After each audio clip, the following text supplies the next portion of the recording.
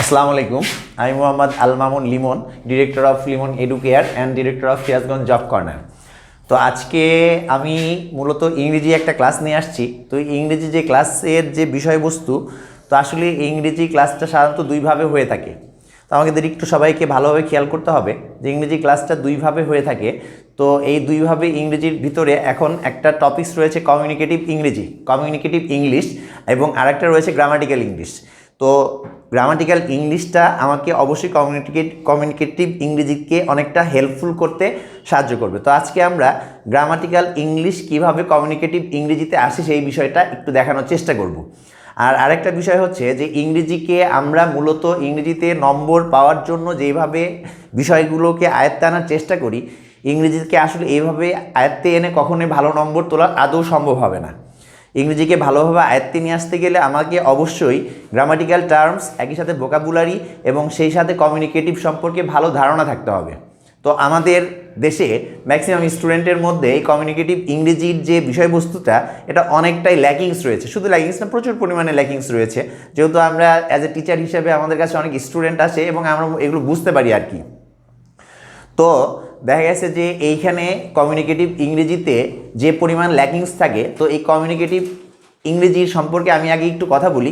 Communicative ইংরেজিতে অবশ্যই একটা কম্প্রিহেনশন থাকবে। তো কম্প্রিহেনশন, এই যে শব্দটা ব্যবহার করলাম আমরা কম্প্রিহেনশন শব্দটা কম্প্রিহেন্সিভ এর ভার্ব ফর্ম। তো কম্প্রিহেন্সিভ শব্দের অর্থ কিন্তু বুঝতে পারা। তাহলে আসলে কমিউনিকেটিভ ইংরেজিতে এমন একটা কোশ্চেন প্যাটার্ন তৈরি হবে এখানে, যেখানে আমাকে প্রশ্নটাকে আগে বুঝতে হবে, সেখানে যে বিষয়াবলী দেওয়া থাকবে সেগুলো বুঝতে হবে, তারপরে সেই প্রশ্নের প্রশ্নগুলোকে বুঝতে হবে, তারপর প্রশ্ন বুঝে সেইখানকার যে বিষয়গুলো থাকে তা বুঝে সেটার আলোকে আমাকে অ্যান্সার করতে হবে। তো আমরা বলতেছি যে এটা হচ্ছে কম্প্রিহেনশন। তো কম্প্রিহেনশনের ক্ষেত্রে আমাকে অবশ্যই কম্প্রিহেনশন শব্দের অর্থ যেখানে বুঝতে পারি, সেখানে আমরা অনেক ক্ষেত্রে প্যাসেজ থেকে সরাসরি প্রশ্নের উত্তর দাগিয়ে লেখার চেষ্টা করি। তো প্যাসেজ থেকে যদি আমরা সরাসরি প্রশ্নের উত্তর দাগিয়ে লেখার চেষ্টা করি, তো সেই ক্ষেত্রে আমার অনেকটা ল্যাকিংস থেকে যায়। তো আজকে আমরা কমিউনিকেটিভ ইংরেজির যে টপিক্সটা সেটা শুরু করতে যাচ্ছি, এবং এই টপিক্সটাকে মূলত আজকে আমরা নিয়ে আসছি হচ্ছে সামনে, আপনারা সবাই জানেন যে সামনে ক্যাডেট কলেজ অ্যাডমিশন টেস্ট অনুষ্ঠিত হতে যাচ্ছে। তো শুধু ক্যাডেট কলেজ অ্যাডমিশন টেস্টের জন্য না, আমাদের যে টপিক্সটা আমরা আলোচনা করতেছি, এই টপিক্সটা যারা জব প্রিপারেশনে বিভিন্ন প্রিপারেশন নিচ্ছেন বা বিভিন্ন পরীক্ষার জন্য অ্যাডমিশন টেস্টের প্রিপারেশন নিচ্ছেন, সবার জন্যই ক্লাসটা অত্যন্ত গুরুত্বপূর্ণ হবে। কারণ প্রত্যেকটা পরীক্ষায় ইংরেজির এই টপিক্সগুলো আসে সাধারণত। আর আরেকটা কথা বলছি যে ইংরেজির এই টপিক্সগুলো কোনগুলো বেশি আসে, এইখানে সেই টপিক্সগুলোই বেশি আসে যে সমস্ত টপিক্স আমাদের ইংরেজিতে প্রাত্যহিক জীবনে ব্যবহার বেশি। তো প্রাত্যহিক জীবনে ব্যবহার বেশি কমিউনিকেটিভ ইংরেজি অবশ্যই, বা ইংলিশ অবশ্যই আমাদের প্রাত্যহিক জীবনে রয়েছে। তো সেই ক্ষেত্রে আমরা আসতেছি। তো এখন আমাদের যে আমরা টপিক্সে ফেরত আসতেছি। তো আমাদের যে টপিক্সটা হচ্ছে কমিউনিকেটিভ ইংলিশ। তো এই কমিউনিকেটিভ ইংলিশে আমরা এখন, যদিও সামনে ক্যাডেট কলেজ অ্যাডমিশন টেস্ট রয়েছে, সেই ক্যাডেট কলেজ অ্যাডমিশন টেস্টের কমিউনিকেটিভ ইংলিশটা একটু দেখানোর চেষ্টা করছি। কিন্তু শুধু ক্যাডেট কলেজ অ্যাডমিশন টেস্ট বলতে না, আবারও বলছি, আমি প্রত্যেকটা প্রতিযোগিতামূলক পরীক্ষার জন্যই কমিউনিকেটিভ ইংলিশটা অবশ্যই প্রয়োজন। তো ঠিক আছে, আমরা আমাদের মূল টপিক্সে প্রবেশ করতেছি। তো আমরা এখন দেখছি এখানে যে model question practice of the admission of cadet college 2022। তো আসলে যারা এবছর ক্যাডেট কলেজের জন্য পড়াশোনা করতেছেন, তারা তো আসলে এবছর পরীক্ষা দিবে না, সামনের জানুয়ারিতে পরীক্ষা হবে। তো সেই ক্ষেত্রে 2022 সাল। তো 2022 সালের ক্ষেত্রে আমাদের যে কমিউনিকেটিভ সিস্টেমটা, প্রত্যেক বছর সাধারণত আপনারা বিগত সালের কোশ্চেনগুলো একটু ফলো আপ করতে পারেন। সেখানে আপনারা যা দেখবেন যে এরকম অনেক প্যাটার্ন রয়েছে, এবং সেই প্যাটার্নের মধ্যে এরকম প্যাটার্নগুলো অনেক সময় দেওয়া আছে। তো এই প্যাটার্নগুলো কেন দেওয়া হয়েছে? কারণ এই প্যাটার্নের এই কমিউনিকেটিভ সিস্টেম ছাড়া আমাদের ইংরেজি শিক্ষাটা অসম্পূর্ণ থেকে যায়। তো আমাকে এই বিষয়গুলোকে একটু ভালোভাবে খেয়াল করতে হবে। তো এখানে কমিউনিকেটিভ যে ইংরেজির যে বিষয়টা আমরা বলেছিলাম, তো সেই ক্ষেত্রে আমরা আবারও বলছি যে আমরা 2022 সালের যে ক্যাডেট কলেজ অ্যাডমিশন টেস্টের প্রিপারেশন, সেই প্রিপারেশনের ভিত্তিতে কিছু প্র্যাকটিস করাচ্ছি আমাদের স্টুডেন্টদের। সেই অংশ থেকে কিছুটা অংশ আমি এখানে তুলে ধরতেছি, এবং যাতে আপনাদের সবার এটা অনেকটা হেল্পফুল হয়, তো সেই বিষয়টা একটু মাথায় রাখার জন্য বা দেখানোর জন্য। তো একটু খেয়াল করবেন, এখানে model question practice of admission of cadet college 2022, 2022 সালের ক্যাডেট কলেজ অ্যাডমিশন টেস্টের জন্য আমাদের যে প্র্যাকটিসটা, সেই প্র্যাকটিসটা আমরা দেখাচ্ছি। তো এখানে প্রথমে একটা প্যাসেজ রয়েছে, প্যাসেজের পরে আমরা দেখতে পাচ্ছি বেশ কিছু কোশ্চেন রয়েছে। তো এই কোশ্চেনগুলো আমরা অ্যানালাইসিস করব একটু। তো একটু আমরা শুরু করতেছি। তো প্যাসেজটা প্রথমে শুরু করতেছি, এখানে একটু খেয়াল করতে হবে, among the ancient nations the Egyptians were the best one. Among the ancient nations the Egyptians were the best one. এখানে বলা হয়েছে যে যে সমস্ত প্রাচীন জাতিগুলো রয়েছে তাদের মধ্যে মিশরীয়রা অন্যতম একটা জাতি ছিল, কারণ মিশরীয়দের সময় অনেক কিছু আবিষ্কৃত হয়েছে। তো এরপরে দেওয়া আছে they have taught us which were afterwards copied by the Greek. তারা আমাদের যে বিষয়গুলো শিখিয়েছেন সেগুলো পরবর্তীতে অনুসরণ করেছে গ্রিকেরা। they have taught us many things. তারা আমাদের অনেক কিছু শিখিয়েছেন। they were excellent farmers. তারা ছিলেন খুব চমৎকার কৃষক বা কৃষিকাজে খুব দক্ষ ছিল। দে নিউ অ্যাবাউট ইরিগেশন। তারা সেচ সম্পর্কে জানতো। আপনারা যদি অনেকে প্রাচীন মিশরীয় যে সভ্যতাগুলো দেখে থাকেন এবং সেখানকার যদি কোনো প্রামাণ্য চিত্র দেখে থাকেন, সেখানে এখনও কিন্তু দেখাচ্ছে যে তারা ইরিগেশনে কতটা দক্ষ ছিল সেই প্রাচীন মিশরীয় সময়। তো এরপরে আসছে they build temples which were afterwards copied by the Greeks. তারা নির্মাণ করে বিভিন্ন রকমের মন্দির এবং যে মন্দিরগুলো পরবর্তীতে এই মন্দিরগুলোর আদলে বিভিন্ন মন্দির তৈরি করে গ্রিকেরা। এরপরে আসছে they invented calendar which was proved such a useful instrument for the purpose of measuring time that it has survived with a few changes until the present day. এখানে বলা হয়েছে মিশরীয়দের আরেকটা অভূতপূর্ব আবিষ্কার, যেটা হচ্ছে ক্যালেন্ডার বা দিনপঞ্জিকা। এই দিনপঞ্জিকা আবিষ্কার মিশরীয়দের জন্য খুবই গুরুত্বপূর্ণ একটা আবিষ্কার। তো এটা এটা যে প্রতিষ্ঠান করতে বা যেভাবে আবিষ্কৃত হয়েছে তার পরবর্তীতে এখন পর্যন্ত সেই ক্যালেন্ডারকে অনুসরণ করে সময় পরিমাপ করা হয় শুধু কিছুমাত্র সামান্য একটু পরিবর্তনের মাধ্যমে। যে কিছুটা পরিবর্তন এবং পরিবর্ধনের মাধ্যমে মিশরীয় সেই ক্যালেন্ডারটা বর্তমান সময় পর্যন্ত রয়ে গেছে। But the most important of all the Egyptians has invented is the art of writing. এখানে সবচাইতে যে গুরুত্বপূর্ণ বিষয় রয়েছে, যে ইজিপশিয়ানরা সবচেয়ে যে গুরুত্বপূর্ণ আবিষ্কারটা করে সেটা হচ্ছে লেখার ধরন আবিষ্কার, লেখার যে লিপিমালা আবিষ্কার সেটা আবিষ্কার।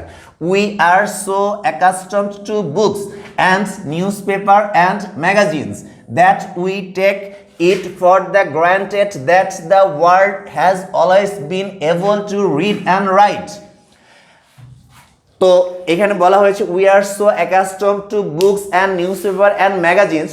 বর্তমানে আমরা অভ্যস্ত হয়ে গেছি বিভিন্ন সংবাদপত্রে এবং ম্যাগাজিন মানে পত্রিকাগুলোতে দ্যাট যেগুলো রয়েছে উই টেক ইট, আমরা এগুলোকে স্বীকৃতি দিয়েছি বর্তমান বিশ্বের লেখা এবং পড়ার মাধ্যম হিসেবে। এরপরে আসছে as a matter of fact writing the most important of all inventions is quite new. এরপরে বলা হয়েছে যতগুলো আবিষ্কার করা হয়েছে মিশরীয়দের দ্বারা, তার মধ্যে সবচেয়ে গুরুত্বপূর্ণ আবিষ্কার হচ্ছে লেখার যে উপকরণ, এটা আবিষ্কার। এরপরে বলা হয়েছে without written documents we should be like cats and dogs. যে যদি না আমাদের কাছে এই লিখিত যে ডকুমেন্টস দলিলপত্রাদি থাকতো, যেটা মিশরীয়দের মাধ্যমে আসছে, মিশরীয়রা বিভিন্ন দলিলপত্রের ব্যবস্থা করেছিলেন। তো যদি না আমাদের কাছে এই দলিলপত্রাদি থাকতো তাহলে আমাদের বর্তমান যে পরিস্থিতি হইতো এটা অনেকটা একটা বিরূপ প্রভাবে একটা পরিস্থিতির সামনে আমাদের পড়তে হইতো, যে জিনিসটা মিশরীয়দের থেকে আমাদের মধ্যে এসেছে। It is needless to say, এটা বলা নিষ্প্রয়োজন যে, but for the writing of the civilization we say today was quite unimaginable. যে যখন আমরা এই মিশরীয় সভ্যতা সম্পর্কে চিন্তা করতে যাই তখন সেই মিশরীয় সভ্যতার যে লেখার ধরন, সেই ধরন আর বর্তমান সভ্যতার সাথে তুলনা করতে গেলে এটা সত্যি অবিশ্বাস্য একটা পদ্ধতি, এবং এটাকে মনে হয় সত্যি অবিশ্বাস্য একটা পদ্ধতি। তো আমাদের মোটামুটি প্যাসেজটা পড়া হয়ে গেল। আমরা এখানে একটা প্যাসেজ পেয়েছি, প্যাসেজটা পড়েছি এবং এই প্যাসেজে কম্প্রেনশন রয়েছে, এটাই কম্প্রেনশন। আমরা প্যাসেজটাকে বুঝে নিয়েছি। এবার এই প্যাসেজের আলোকে আমাকে নিচের যে কোশ্চেনগুলো আছে সেই কোশ্চেনগুলোর অ্যান্সার করতে হবে। তো এখানে আমরা প্যাসেজটা মোটামুটি যেহেতু কম্প্রিহেনশন মানে বোঝা, আর কম্প্রিহেন্ড মানে বুঝতে পারা। তো যেহেতু আমরা অলরেডি প্যাসেজটাকে বুঝে নিয়েছি, এখন আমরা আসছি এই প্যাসেজের আলোকে যে কোশ্চেনগুলো হয়ে থাকে এই কোশ্চেনগুলো সম্পর্কে একটু বলতে। তো এখানে এ নম্বর যে প্রশ্ন, এ নম্বরে বলা হয়েছে অ্যান্সার দ্য ফলোয়িং কোশ্চেন, নিচের প্রশ্নগুলোর উত্তর দাও। তো প্রথমে এরকম একটা প্যাসেজ থাকবে এবং তারপরে নিচে কিছু কোশ্চেন জিজ্ঞাসা করা হবে। তো একটু খেয়াল করি আমরা, নাম্বার 1-এ কি প্রশ্ন জিজ্ঞাসা করেছে, who were the best among the ancient Nations, যে প্রাচীন যে সভ্যতাগুলো বা জাতিগুলো রয়েছিল তাদের মধ্যে কোন জাতি সবচেয়ে অধিকতর ভালো ছিল, সবচেয়ে অধিকতর উত্তম ছিল। এরপরের প্রশ্ন জিজ্ঞাসা করা হয়েছে, name some things that the Egyptians have taught us, এরকম কিছু বিষয়ের নাম লিখো, এরকম কিছু বিষয়ের নাম লিখো যেগুলো আমাদের প্রাচীন মিশরীয় সভ্যতার থেকে শেখা বা প্রাচীন মিশরীয় সভ্যতার লোকজন আমাদের শিখিয়েছেন। এরপরে প্রশ্নটাই বলা হয়েছে, what is the best invention of the Egyptians, যে মিশরীয়দের প্রাচীন যে আবিষ্কারগুলো এই আবিষ্কারগুলোর মধ্যে সবচাইতে অধিকতর উত্তম আবিষ্কার কোনগুলো। এরপরে প্রশ্ন করা হয়েছে, what do you know about their profession, তুমি তাদের প্রফেশন বা পেশা সম্পর্কে কি জানো, তুমি তাদের প্রফেশন বা পেশা সম্পর্কে কি জানো। এরপরে প্রশ্ন করা হয়েছে, did the Egyptians have the knowledge of irrigation, যে ইজিপশিয়ানদের কি আসলে সেচের যে ধারণা এই সেচ ধারণা সম্পর্কে আদৌ কোনো জ্ঞান ছিল কি না। তো এখন আমি একটু প্রশ্নগুলোকে একটু দেখানোর চেষ্টা করতেছি, সবাই একটু ভালোভাবে বোঝার চেষ্টা করবেন এবং খুব ভালোভাবে খেয়াল করবেন যে এখানে যে কোশ্চেনগুলো করা হয়েছে আপনি একটু খেয়াল করে দেখবেন, হয়তো দু একটা বিষয় এখান থেকে সরাসরি আমরা প্যাসেজ থেকে অ্যান্সারটা নিতে পারবো, কিন্তু আমি প্যাসেজ থেকে অ্যান্সারটা নিব এই টেন্ডেন্সিটাকে চেঞ্জ করতে হবে আমাকে। বর্তমান যে যুগ, এই বর্তমান তথ্য এবং প্রযুক্তির যুগে এসে আমি এইখান থেকে সরাসরি এখান থেকে কপি করে এখানে নিয়ে এসে তার উত্তরটা বসাবো, এত সহজ প্রশ্নপত্র হবে না। যে কোনো পরীক্ষায় এত সহজ যদি প্রশ্নপত্র হইতো তাহলে তো কি বলবো, এই ক্ষেত্রে তো সবাই তো মোটামুটি চান্স পাওয়ার যোগ্য হয়ে যেত। তো ওইখানে যে কোনো একটা অ্যাডমিশন টেস্ট বা যে কোনো একটা পরীক্ষা নেওয়া হয় আপনাকে নেওয়ার জন্য না, আপনাকে বাদ দেওয়ার জন্য, যোগ্যগুলারে দেখানোর জন্য, কারা যোগ্য এখানে আর কারা যোগ্য না এটা দেখানোর জন্য। তো আমি যদি মনে করি হয়তো নেওয়ার জন্যই নিচ্ছে, ঠিক আছে, কিন্তু আমি যদি মনে করি যে আমাকে নিবে বা করবে, এটা না, আমি এইটার যোগ্য কিনা এটা দেখার জন্য তারা টেস্ট করবে। তো এখানে খেয়াল করতে হবে যে আমরা যে কোশ্চেনগুলো বলছি এই প্রত্যেকটা কোশ্চেনে দু একটা কোশ্চেন ব্যতীত ম্যাক্সিমাম কোশ্চেন কিন্তু কম্প্রিহেন্ড মানে বুঝতে পারা, যে উপরে প্যাসেজটা বুঝতে হবে, প্রশ্নটাকে বুঝতে হবে, নিজের জ্ঞানের আলোকে লিখতে হবে।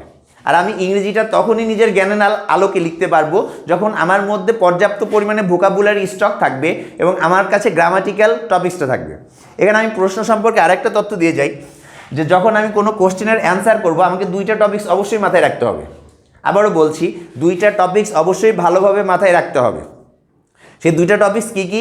দুইটা টপিক্স হচ্ছে যে আমার এখানে প্রশ্নে যে ইনফরমেশনটা জিজ্ঞাসা করা হয়েছে, যে আমাকে জিজ্ঞাসা করলো যে তোমার নাম কি, আর আমি বললাম যে আমি ভাত খাইনি।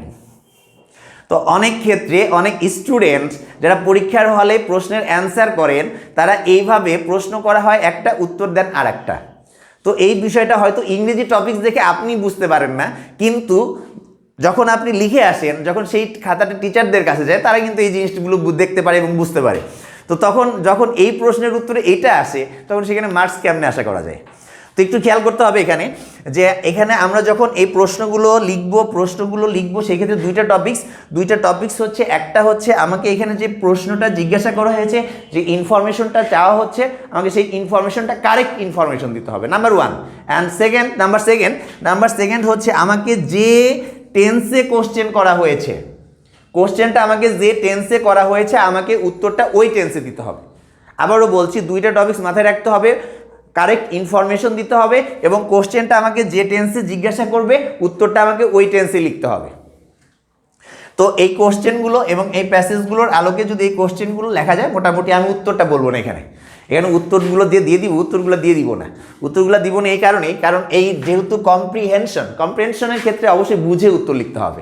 তো আপনাদের জন্য এটা একটা হোমওয়ার্ক হিসেবে, কাজ হিসেবে আমি দিচ্ছি, যে কোনো প্রতিযোগিতামূলক পরীক্ষার জন্য। আবারও বলছি, যে কোনো প্রতিযোগিতার রিটেন পরীক্ষার জন্য এই যে ফরম্যাটটা খুবই যুগোপযোগী। তো এটা খেয়াল করতে হবে ভালো করে।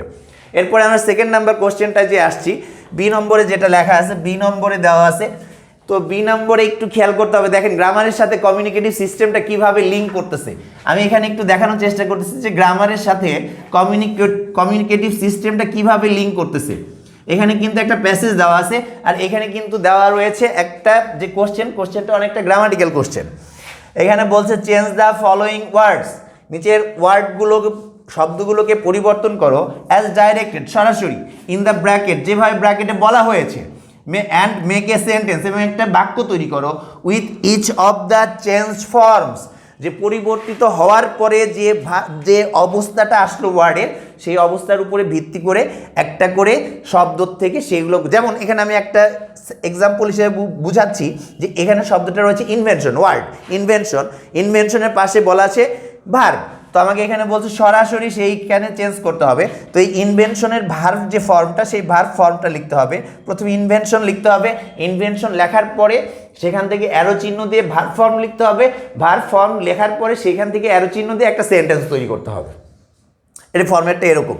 এরপরে এরকম বেশ কিছু আনইমাজিনেবল, এক্সিলেন্ট, সারভাইভ, ইউজফুল, তো এই যে ওয়ার্ডগুলো দেওয়া রয়েছে, এই ওয়ার্ডগুলোকে ব্যবহার করে আমাকে সেই ওয়ার্ডগুলো যেভাবে বলা হয়েছে সেভাবে এই ওয়ার্ডগুলোকে চেঞ্জ করতে হবে।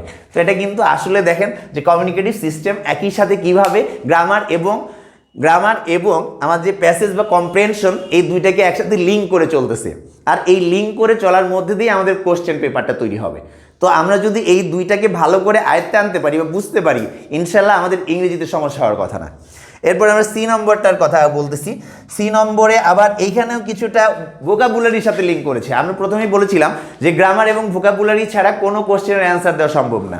তো এখানে ভোকাবুলারির সাথে লিঙ্ক করা হয়েছে কিভাবে একটু খেয়াল করেন। Show the appropriate use of the following phrases, idioms and in sentences in your own. এখানে বলেছে যে নিচে যে appropriate use of the following phrases, নিচে যে ফ্রেজগুলো দেওয়া রয়েছে বা শব্দগুচ্ছ অথবা ইডিয়মস বা বাগধারাগুলো দেওয়া রয়েছে, এই বাগধারাগুলোকে সঠিক একটা ফরম্যাটে নিয়ে এসে, সঠিক একটা ফরম্যাটে এবং অ্যাপ্রোপ্রিয়েটভাবে মানে সঠিকভাবে ব্যবহার করে কি করতে হবে, সেন্টেন্স তৈরি করতে হবে। এবং তোমার নিজের ভাষায়। অনেক ক্ষেত্রে অনেকেই বলে ইডিয়মসের সেন্টেন্স মুখস্থ করতে হয়, কিন্তু এখন প্রশ্নপত্রে এটা উল্লেখ করে দেয় যে তোমার নিজের ভাষায় লিখতে হবে। তো আমি যদি মুখস্থ করে যাই তাহলে ওই প্রশ্নের সাথে এটার সাথে অনেকটা কমপ্লিকেটেড হয়ে যায়। তো আমাকে অবশ্যই এখানে কিন্তু এইটার দ্বারা আমাকে বোঝাচ্ছে যে আমাকে অবশ্যই ফ্রি হ্যান্ড রাইটিংয়ের নলেজটা আমার ভিতরে থাকতে হবে। ফ্রি হ্যান্ড রাইটিংয়ের উপরে আমাদের একটা ক্লাস রয়েছে, আমাদের ইউটিউব যে চ্যানেল রয়েছে লিমন এডুকেয়ার সেন্টার, আপনারা সেখানে গেলে আমাদের ফ্রি হ্যান্ড রাইটিংয়ের ক্লাসটা দেখতে পারবেন। তো ফ্রি হ্যান্ড রাইটিংয়ের ওই ক্লাসটা খুবই গুরুত্বপূর্ণ। তো ফ্রি হ্যান্ড রাইটিংয়ের সাথে এটার সাথে একটা লিঙ্ক রয়েছে, যে আমাকে অবশ্যই এগুলো জানতে হবে। তো এরপরে আমাকে এখানে কি কি ওয়ার্ড দেওয়া হয়েছে আমি একটু দেখাচ্ছি। Make use of as a matter of fact, needless to say the art of, for the purpose of. এই প্রত্যেকটা ফ্রেজ কিন্তু এই প্যাসেজের মধ্যে থেকে নেওয়া, প্রত্যেকটা ফ্রেজ প্যাসেজের ভিতর থেকে নেওয়া। এবং এই ফ্রেজগুলোকে ব্যবহার করে আমরা কিন্তু অনেকে আবার চিন্তা করবে যে এখানে যেহেতু কথাটা বলা আছে, এখানে একটা সেন্টেন্স আছে, আমি ওই সেন্টেন্সটা এখানে তুলে দিয়ে সেন্টেন্স ব্রেকিং করে দিলাম, তা আমার সেন্টেন্স হয়ে গেল। যদি এত সহজেই মার্কস পাওয়া যাইতো আর এত সহজেই আপনাকে দেওয়া হইতো, তাহলে এটা এরকম হইতো না। এখানে কথাটা বুঝতে হবে যে আপনার কাছে কি চাওয়া হয়েছে show the appropriate use of the following phrases and idioms in sentences of your own. যে নিচের যে ফ্রেজগুলো রয়েছে এইগুলো ব্যবহার করে তোমার নিজের ভাষায় তুমি কী তৈরি করো, তুমি সেন্টেন্স তৈরি করো। তো ঠিক আছে, আমাদের সি নম্বর সম্পর্কে ডিসকাস হয়ে গেছে। এবার আমরা একটু ডি নম্বর সম্পর্কে ডিসকাস করতেছি। তো ডি নম্বরে বলা হয়েছে সাইনপসিস দ্য গিভেন প্যাসেজ। তো যখন বলা থাকবে সাইনপসিস শব্দটা দেখে অনেকে একটু ঘাবড়ে যেতে পারে যে এটা কি আসলো, এটা তো আদৌ কোনোদিন প্র্যাকটিস হয়নি। এমন অনেক স্টুডেন্ট আছে যারা এটা প্র্যাকটিস করে যাওয়ার পরেও এটা বুঝতে পারবে না। কেন বুঝতে পারবে না? কারণ এটা বুঝতে গেলে এখানে যে ওয়ার্ডটা আছে সাইনপসিস, এই সাইনপসিস ওয়ার্ডটা আমাকে খুবই ভালো করে বুঝতে হবে। কেন বুঝতে হবে? কারণ ভোকাবুলারি ছাড়া আমি যদি এই সাইনপসিসের অর্থটা জানতাম, আমার কিন্তু এটার অ্যান্সার দিতে কোনো সমস্যা হইতো না। অথচ আমি যখন এই সাইনপসিসের সমার্থক শব্দ বলবো, তখন আপনি দেখবেন আমি তো এই প্রশ্নটা জানি। তো সেই ক্ষেত্রে পর্যাপ্ত পরিমাণে ভোকাবুলারিকে অ্যাকোয়ার করতে হবে। মুখস্থ করতে হবে এটা কিন্তু বলিনি, অ্যাকোয়ার মানে অর্জন করতে হবে, অর্জন করে রাখতে হবে। তো সাইনোপসিস শব্দের অর্থ হচ্ছে প্রেসিস। প্রেসিস শব্দ যেমন আমরা PRECISE precis, precis the passage যদি বলি অনেক স্টুডেন্ট এই প্রশ্নের উত্তর দিতে পারবে। অথবা যদি আরেকটা কথা বলি, আরেকটু সহজে যাই, যে এর অবলিক দিয়ে যদি বলি সামারাইজ, সামারাইজ দ্য প্যাসেজ, তাহলে অনেক স্টুডেন্টের অ্যান্সার করতে পারবে।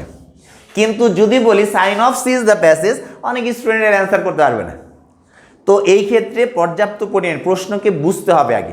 আমি যে কোনো কোশ্চেন অ্যান্সার করি, আমাকে সেই কোশ্চেনের ভিতরে কোশ্চেনের অ্যান্সারের ফরম্যাটটা দেওয়া থাকে, তো আমাকে সেই কোশ্চেনের ফরম্যাটটা বুঝতে হবে। ইনশাল্লাহ আমরা সেই কোশ্চেনের ফরম্যাটটা যদি ভালো করে বুঝতে পারি, যেহেতু কম্প্রিহেনশন, আবারও বলছি কম্প্রিহেনশন শব্দের অর্থই বুঝতে, বোঝা, কম্প্রিহেন্স মানে বোঝা, বুঝতে পারা। তো কম্প্রিহেন্ড থেকে কম্প্রিহেনশন আসছে, তাহলে এইখানে প্রশ্নটাকে অবশ্যই বুঝে তারপরে লিখতে হবে। তাহলে বোঝার ক্ষেত্রে আমি আবারও বলছি ভোকাবুলারি এবং গ্রামার স্টক থাকতে হবে, ভোকাবুলারি এবং গ্রামার স্টক, এবং সাথে কিছু কমিউনিকেটিভ সিস্টেমের প্র্যাকটিস। ইনশাল্লাহ মোটামুটি এইগুলো করলে আমাদের এখানে 25 থেকে 30 মার্ক, টোটালি 25 থেকে 30 mark cadet college admission test, শুধু ক্যাডেট কলেজ অ্যাডমিশন টেস্ট না, যে কোনো প্রতিযোগিতামূলক পরীক্ষায় 25 থেকে 30 মার্ক থাকে এই টপিকস থেকে। তো ঠিক আছে ভিউয়ার্স, আপনারা সবাই ভালো থাকবেন, এবং আমাদের যে চ্যানেলগুলো বা যে ভিডিওগুলো আপলোড দেওয়া হচ্ছে আপনারা অবশ্যই সাবস্ক্রাইব করে থাকবেন, যেহেতু যাতে আপনারা পরবর্তী যে ভিডিওগুলো সেটা খুব সহজে পেয়ে যেতে পারেন।